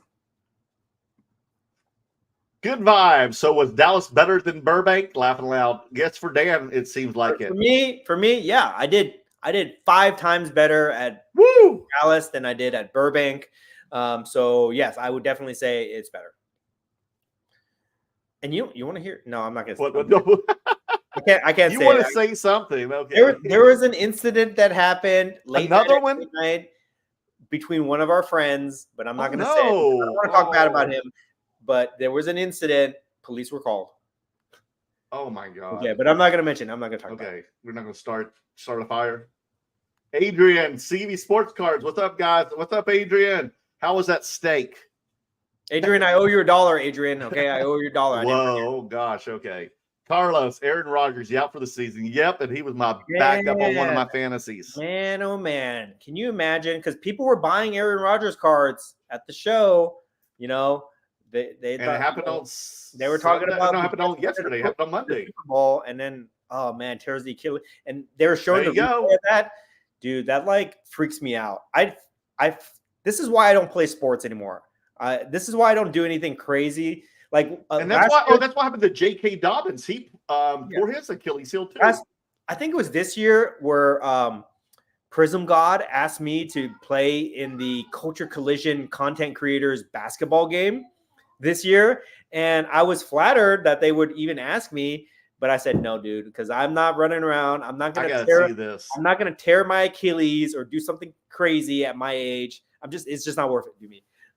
So to see something like that just seems crazy that happened to him. And I know a lot of people, unfortunately, they have Aaron Rodgers cards, and now his season's over. That's a painful injury, man. That's a painful injury. Yes. And not to make light of the situation, but this is just another opportunity to say that classic saying that people love to say: Charizard doesn't tear an Achilles. Pikachu doesn't tear an Achilles. Spider-Man doesn't tear an Achilles, etc. No, Pikachu doesn't do DV either. Domestic violence. Pittsburgh, Anthony, what's up, gentlemen? Thanks, Anthony. I was on his show last week. Enjoyed it. Talked about some Type 1 photos I shared with him. Papa Jim, woo-hoo. Good to see you guys. I hope Papa Jim was behaving in Texas. Carlos, more sponsors. That's fire, dude. Yep. We're trying, guys. We're trying. Jim, let's go, Mr. Minty. Okay, here's another thing that I want to ask you guys. If you have any ideas for us, if you love to support us and you want to see this channel grow, please give us some ideas, because me and Merlin, we're struggling. We need a Papa Jim sponsor right there. Yes, I need to put it right there. We're like the best idea that we have on tap right now in the what do they call that? On deck. The best idea that we have on deck right now is we're gonna get a big banner to put at these card shows, guys. So if you have any ideas and you want to see us grow, please, we love the feedback. Yes, please. Papa Jim, let's go, Mr. Minty. What's up, Papa Jim? Vintage Lord, Canada. Hey, guys. I've been talking to Vintage Lord. We've been messaging on Instagram. Emmanuel, have you guys been watching Ahsoka? Yeah, I sure have. I'll be watching one tonight. Ahsoka. Okay. Ahsoka. He always gives me a hard time pronouncing everything all the time. He gives me a hard time. You can't claim to be a Star Wars fan, a member of the Superfractor Club, if you don't know how to say Ahsoka. That's not true. I beg to differ. Cooter, did you meet Cooter? I did, and he bought Hello Kitty cards for me. Says, Dan, my daughter loved your Hello Kitty cards. Yeah, it was good to see him again. I'm gonna get him into modern cards. I'm gonna soften up this old man who only buys vintage, and I'm gonna get him to buy modern. Is that cards. what he buys vintage? Vintage only, yes. Okay. Dan got me to buy my first non-sports card. And what was it? The Hello Kitties? The Hello Kitty cards, yes. Nice. James, what's up, James? Hey, guys, what do you think about the economy? Fine. How is it for you, Dan? I mean, you got so many things invested in. How's it for you? You need to be more specific, James. What are you talking about? Are you talking about the hobby economy, or the card economy, or are you talking about? I would assume, or the economy in general? The overall economy. Be more specific, and I will try to give you an answer to that. Carlos, Dan's golden nuggets. Yes, Carlos knows. If you guys ask me something, if you guys ask me a good question, I will drop nuggets on you. Okay, I will drop nuggets. Yes, golden he will. nuggets. Oh my goodness, golden nuggets. Dan's golden nuggets. Guard Face 824. What's up, OGs? Scarface. I like Scarface. Right. He's cool. Scarface always leaves great comments, great insightful comments on my posts and things like that. So that's what you need. Engagement. Yes. I always love seeing him in the chat. Engage with us, please. We need more engagement from you guys. Not just on this show, but both of our channels, on all of our social media platforms that we have. Please go to all of our platforms and engage. Engage in this one, even after it's over. Leave some comments. Tell us what you think. Leave a comment. Leave a question. Anything. We would appreciate it. Donkeys, would you rather have a dead show or a flippers show trying to lowball you? I'd rather have a dead show because oh my God, dealing with these harsh. flippers is annoying to me. I just, I don't play that game. So when they all come up to me, it's very annoying to deal with, and I just don't like it. That's why we fled the LA area. But that's just me, and I don't know. They're terrible. And I'm in it. I'm in the flippers community in Southern California, which is like the biggest flipping community in the country, in my opinion. So biggest sharks of them all. I know all these guys. I see all these guys. I've dealt with them. I've done deals with them. Not so much. Swam with them. We've swam with the sharks. I used to play that game too, but I just, I kind of like pivoted out into a different strategy that's working for me, and it's a lot more fun. So I just, I just don't like to, I don't care to do it anymore. But so I rather have a dead show where I can just hang out with people, and maybe I get lucky versus having to like, stiff arm these people, which gets me to this next comment here. So how did you conclude the deal here with them? How did you just say like no more? I'm not negotiating anymore. I just stayed firm. I stayed firm on my offer. They stayed firm on theirs, and we just agreed to not do it. To disagree. with flippers, it's very easy to deal with them. It's very easy to know how to deal with them because they have a margin that they have to make, whatever it is, 20%, 15%, whatever their margin is, and if they're a good flipper, and that's at the show, correct? Yeah, if they're a good flipper, they won't cross the margin. They're very disciplined. That's how these guys are able to make a living doing this. That's how they're able to like get these really big cards because they're very disciplined with their buying. So if I want to just kill the deal, I just go over that. I won't give in to their margin, If they're creative and they work with me a little bit, maybe I'll do it if I like the person. But if I don't, then I won't give into their margin, and then they'll always back off. So they let go of the claws on you. Yeah. So they're firm on their side. I'm firm on my side. Whatever. Gotcha. Mark the Collector says Dan's special move, the great stiff arm. Yeah, that's what I said. The Heisman, dude. Yeah, let's do it. The Heisman. You must defend the Jordan. You always must defend the Jordans at all cost. Donkeys, your card sucks, but sell it to me. It's nothing personal. I hate when they do that. Oh man, this card this is not a true Gem Mint. It's not a true PSA 10. I see a flaw over look here. At this subgrade. Don't buy it. This card is going down in value. I don't even really want it, but I'll take it, and blah blah blah. We've all heard that before. Axel C, present. Axel. Axel's here. I think he was in South America or something, visiting people. Donkeys again. Would you rather have sharks at your table or a well-intentioned guy who always hangs around looking at a card but won't buy? If he's cool, I don't mind hanging out with people, dude. Because we have those. We have those people constantly. There's this guy in Dallas. I won't mention his name, but he always comes by. He looks through all my stuff. He never buys anything, but he's nice. and he's cool, and I don't Does he mind. wear a red Phillies hat? I'm not gonna say anything. No, it's not him. It's not Papa Jim. Okay, but you know, I don't mind because the one part of a card show is just hanging out with people. So if they're cool with us, I don't mind dealing with them, and I would rather hang out and chat with people and make jokes versus having to you know, defend my cards against people you know, who don't want to give me what I want for my card. Yes, I'd rather have the guys just hanging around loitering at a table over the Sharks. Cooter 48 Leaf Jackie Robinson wouldn't be bad bait. That might be yeah. I might are still running. That would actually be a lot easier to obtain than a 52 mantle for sure. So I might do that. You know, I like the vintage stuff. Like, people don't think when they think of me, they don't think of vintage. But I like vintage baseball and basketball and other type of things like that. So don't be surprised if I start sprinkling in some vintage cards. Because they go with my Type 1 photos too. That's so true. You got to find the Type 1 of that one, whoever has it. Or you think Jeff Wilson has it? Papa Jim. Ruben was also in Dallas with the meeting with his team at their new Fanatics office in Dallas too. Oh, Fanatics has an office in Dallas. Oh, wow. Mark the Collector. Hogan, 1 of 1 is fired, Dan. That select. Yeah. As Hollywood Hulk Hogan. I can't believe this guy brought it to me, and he gave me awesome. He gave me a great deal on it. Very fair, super cool guy, and I'm excited to have it in the collection.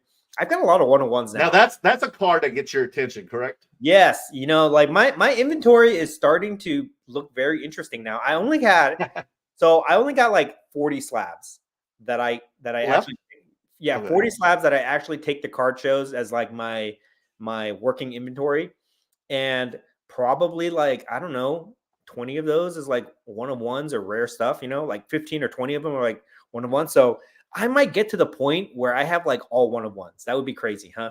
Yes. Oh, that's what you're gonna have in your display case, Dan. Yeah, maybe. Yeah, we'll see. Zup Chili, I want to see you guys open up AEW Metal or WWE Select. I might do Select. I'm not going to do Metal. You're only going to buy the singles of Metal, right? Yeah, Did anybody bring you some Metal at all? Any PMGs coming your way? I would only buy. No, I didn't get any PMGs my way. I would only buy an MJF PMG. That would be really cool to me. But everybody else, I don't really care about AEW. WWE Select, if I can get my hands on a box, I'll probably open that. But I do have. Here's a hint, guys. Here's a hint, or not a hint, but here's a preview, a teaser. I have a WWE 1-of-1 coming in the mail pretty soon. It's probably waiting for me when I get home. But it is. I can't talk about it, but it's pretty big. It's pretty big. It's a goat. I'm not going to say anything. I cannot say it. But if you are active in the wrestling Facebook groups and you track cards when they come on the market and when they sell, you pretty much know what this is, because their wrestling collectors came up to me at the show and they already knew. I had not even announced it yet, but they already knew. So rumors are circulating. But for all you casual fans, I do have something special coming in. Okay, guys, people message me on Instagram now. Let me know what you think it is. I need to not know now. Oh, suspense is killing me. Mark, showcase full of WWE 1-of-1 Black Prisms. Yeah, we just said that, man. Perfect. He read our mind. That's a big wiener. It's the big curation. You got him. You got him. Files. That's a good one. That's a good one. That's a spicy meatball. 25 Perez. Hey guys, what's up, Perez? Let's see here.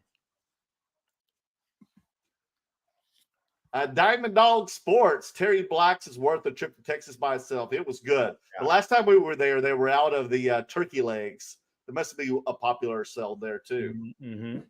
The turkey leg.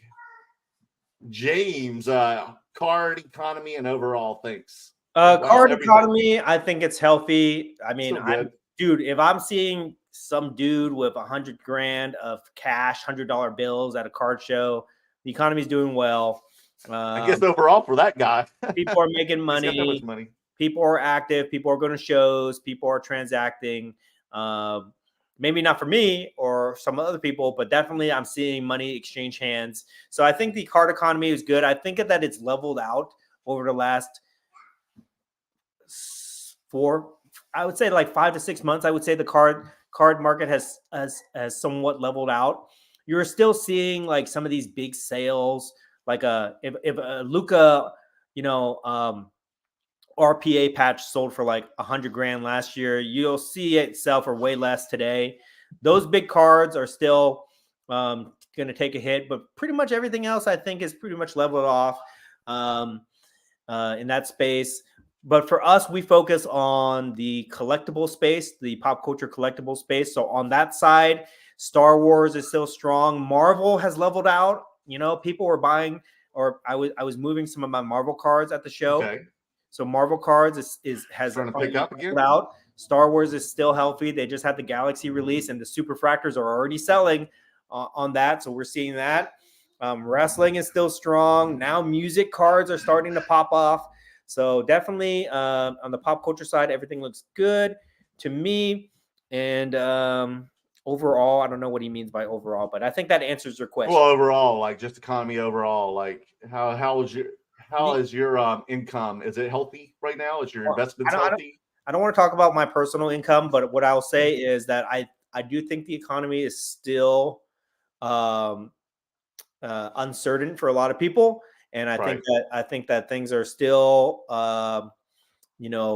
volatile, and as long as the interest rates are the way that are right now, I think that things are going to be volatile. But outside of the general economy, because with cards in our hobby, I consider cards like a luxury good.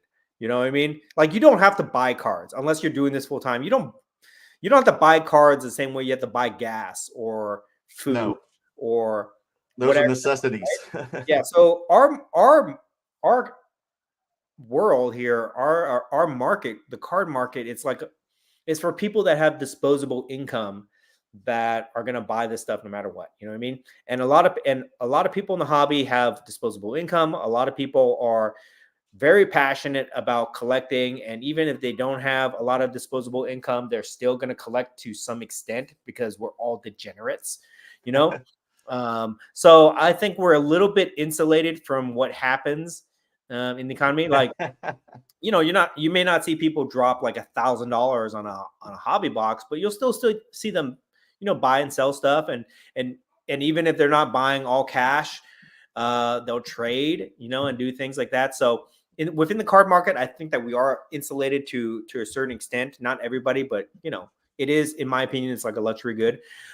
So I think I still see a lot of transactions going on.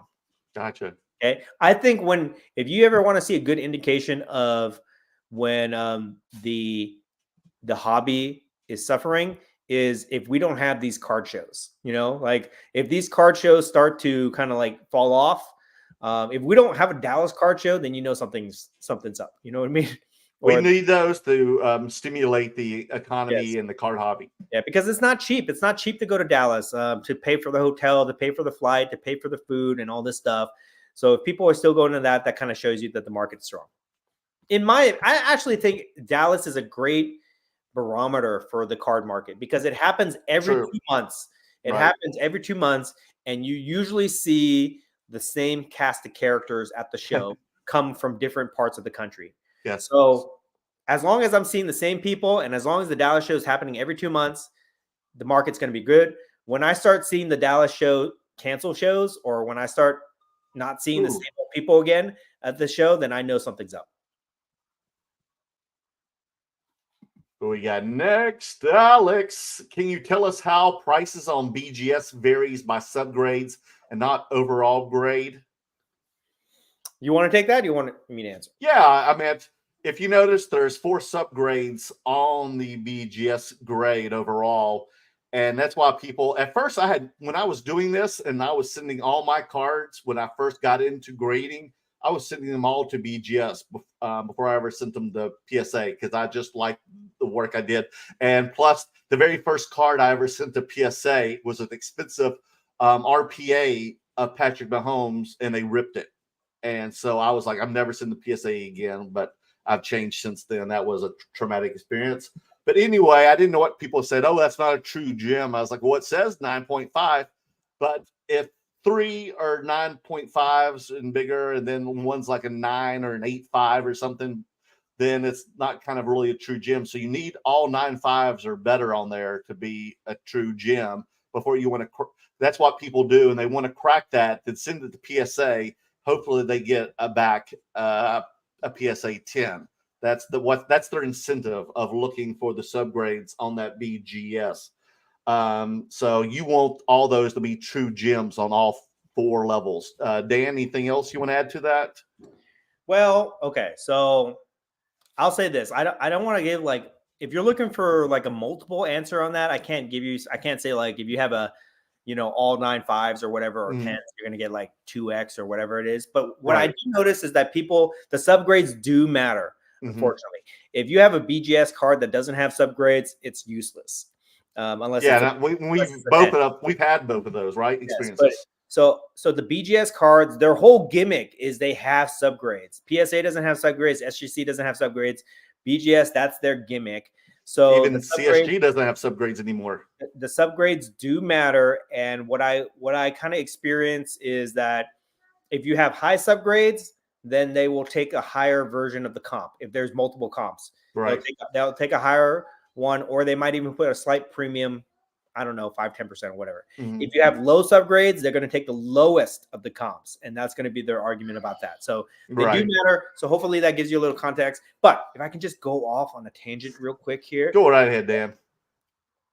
The whole subgrade idea, guys, was a gimmick for BGS to distinguish themselves from PSA, to say basically our 9.5 is equal to PSA 10, and our 10 is better than PSA 10, and our black label is the ultimate one. And to distinguish that, we also have these subgrades, 9.5s and things like that. Oftentimes they don't make sense. Really, it's really arbitrary. It's really just kind of like made up bullshit, guys. This might be something that we need to talk about next week, about like how subjective the hobby is. We kind of got into this whole thing with the Cardporn scandal, where they had like this McGray authentication service, how they're like the experts in that field, and how I kind of brought up this analogy that who are these companies that are popping up that are claiming to be experts, right? Same thing with the grading companies. There's a lot of grading companies out there that claim to be experts, but it's all very subjective. I just sent in a card. I'm going to tell this story. I'm going to tell this story real quick here, because this is a good example of how subjective these companies are. Okay. So I had this Ronaldo 2002 Ronaldo rookie card. Okay. BGS 8. Okay. BGS 8. And the value of that BGS 8 had gone down so significantly from when I got it that it would make sense for me to crack it and try to cross it over to PSA 7 or an 8.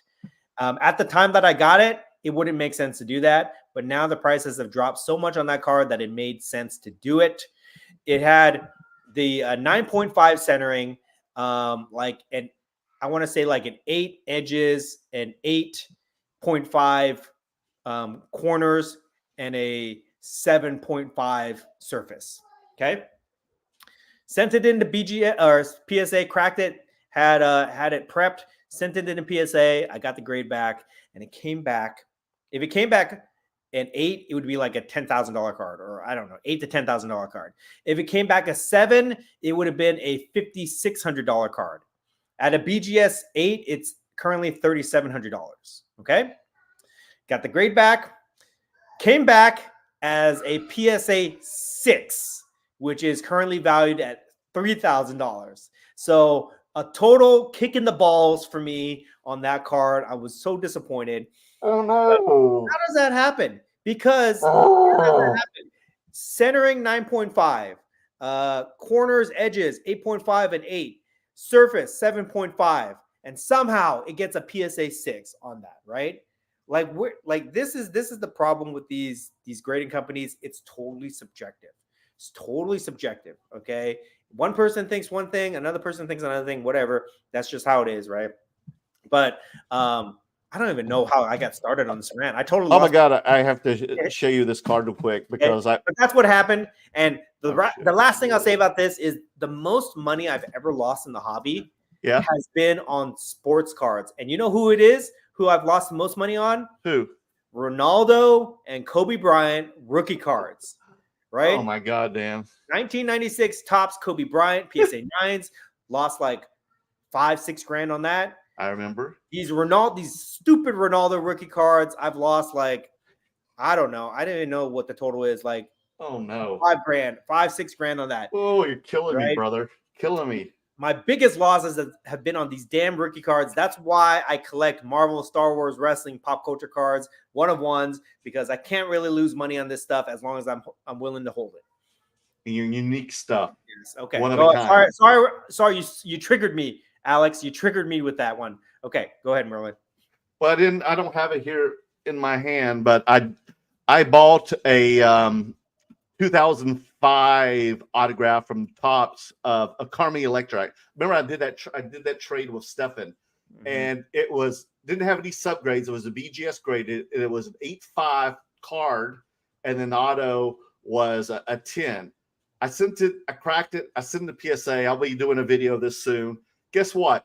I did a dual grade on it, even though it's like a top sticker card. It came back at 10-10. You son of a bitch. You son of a bitch.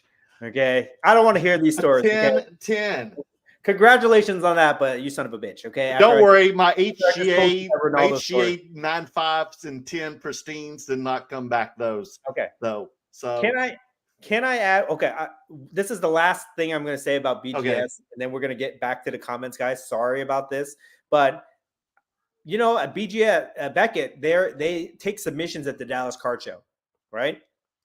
And I saw people hand filling out like carbon copy sheets to submit to Beckett. Like, can they not have a computer system set up where you can just enter things in and print it out? Like, these people are filling out these carbon copy. You know what I'm talking about? Carbon copy is 3 pieces of paper on top of each other. Did they take your credit card that way too? They had the carbon copy of the machine. They are so antiquated, okay, in how they do things. If you guys don't know what that word means, it means they're like old-fashioned. They're so antiquated with their business model right now. It's like almost sad. I feel like somebody needs to buy Beckett. Dr. James Beckett needs to put together an investment group and go back and buy Beckett because the name is still strong. The name is worth a lot of money. He needs to come back the same way Steve Jobs came back to Apple in the 90s and made it more advanced. Reinvigorate that brand, reinvent their whole system, get them into the modern age of the hobby and bring them back to life because they are floundering. Floundering. When PSA is grading 1 million cards a month, when SGC is grading, I don't know what, 70,000 cards a month, and then Beckett is grading 30,000. That's a big problem. That's a big problem. And that's why we see this huge disparity in BGS 9.5s to a PSA 10 and other things like that. It's like half the price. It's crazy. I don't know. It's crazy. Okay, don't trigger me. Don't trigger me. We're going to talk about. But my point is, though, even though mine came 10, the reason I'm telling you that I didn't do it to rub, salt in your eye or sand in your eye. The reason I did it because it's so inconsistent. The grading it's like so subjective. This is what we're going to talk about next week because I want to talk about tag grading going into next week. We're not going to do it now because we're already like over it. But next week, guys, this is a teaser for next week's topic. We're going to be talking about grading companies. Okay, let's move on.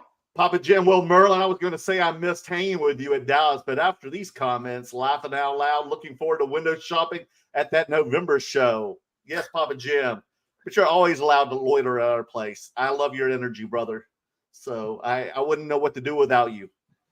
A showcase full of HGAs. That was me at one time. I will admit. Oh my God, HGAs are like radioactive right now. Like nobody wants them. But it was mostly my non-sports over HGA. But I sold them all, luckily, at the first Dallas show that I attended. How is HGA still in business? Who is using HGA to grade their cards? You know, I still see them set up at. I got an email today about them. They're the first ones to start grading those. What do you call them? Lacora? Lacana? Yeah. They're not the first one. No way. CGC. I swear I'll send it to you, this email. Paul Lloyd just joined. How was Dallas? Yes, Dan we enjoyed it. kind of talked about that a lot, Paul. So try to watch it on the playback. But Dallas was a great show. Mhm. Great show. So watch back the go over to the front of the video and watch it, and we'll give you a full analysis of that. James makes sense and good answer. Thank you, Dan. Next. Donkeys. You got to give me the next one. I already said James is already. Next comment. You don't see that? He says makes sense and good answer. I already said it. You don't see that? I see James Eslinger, guys. Makes sense and good answer.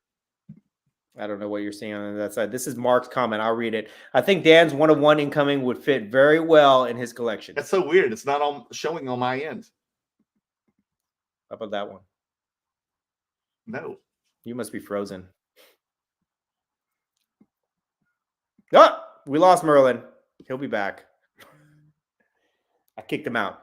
Okay, I'll read this comment here. Carlos, I agree with Dan. Dr. Beckett should buy the business and put them back in the modern age. Wouldn't that be a great story, guys? If Dr. James Beckett came out of retirement, put together an investment group, and came back and, you know, brought Beckett back to the prominence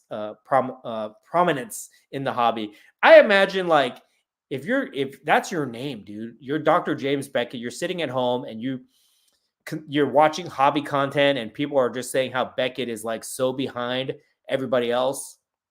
I think like that would, I don't know, that would make me kind of like sad, I guess, if I was him. Oh, here's Merlin. Merlin's back in here.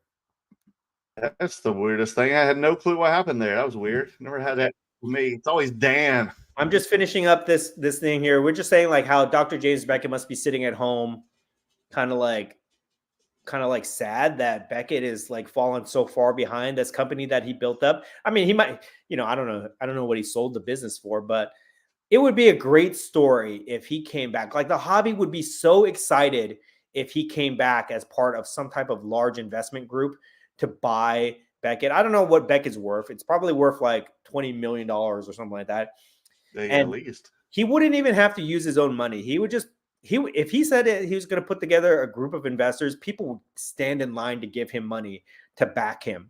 And then he would come back and it would be the story of the year. And I guarantee you, if they made that announcement, the Beckett slabs would instantly go up in value overnight. Okay? Instantly go up the value.